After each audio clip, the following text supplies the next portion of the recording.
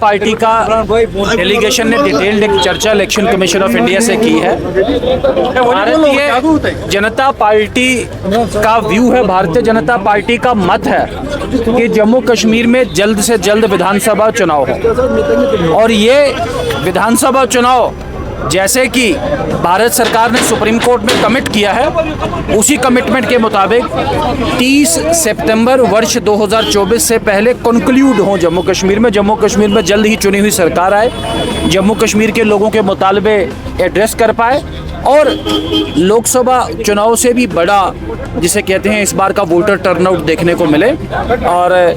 इस 5 अगस्त 2019 के बाद का कश्मीर, जिसकी सिक्योरिटी पोजीशन पहले से बेटर, जिसकी विकास की पोजीशन पहले से बेटर, जिसमें भारत सरकार की मदद की पोजीशन पहले से बेटर, एक चुने हुए नुमाइंदों के हाथ में जाए, जिससे और बेहतर तरीके से सरकार का जो फील गुड फैक्टर है, सरकार का जो सपोर्ट है केंद्र से, वो आम आदमी तक बल्कि ग्रास रूट्स लेवल तक कैरी हो पाए। तो इस सब को कैरी करने के तरीके से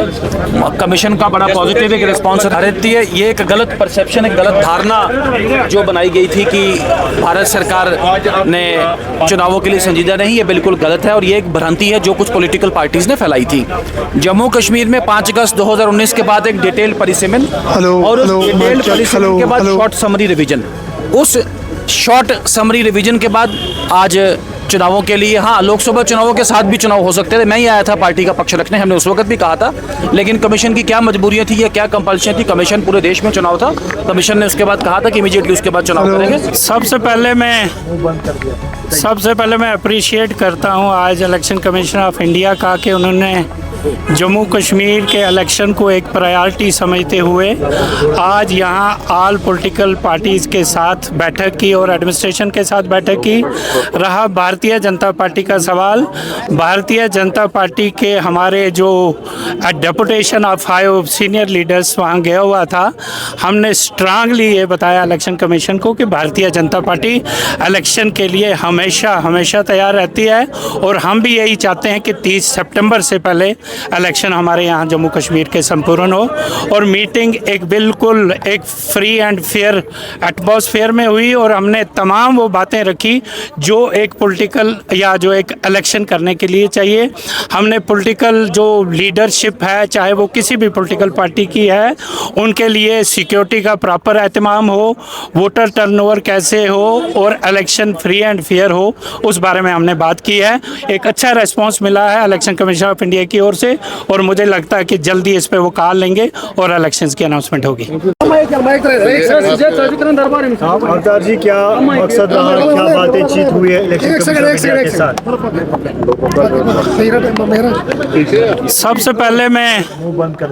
सबसे पहले मैं अप्रिशिएट करता हूं आज इलेक्शन कमीशन ऑफ इंडिया का कि उन्होंने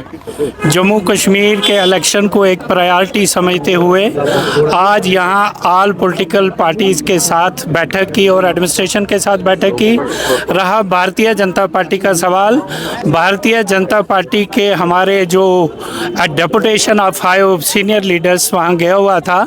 हमने स्ट्रांगली ये बताया इलेक्शन कमीशन को कि भारतीय जनता पार्टी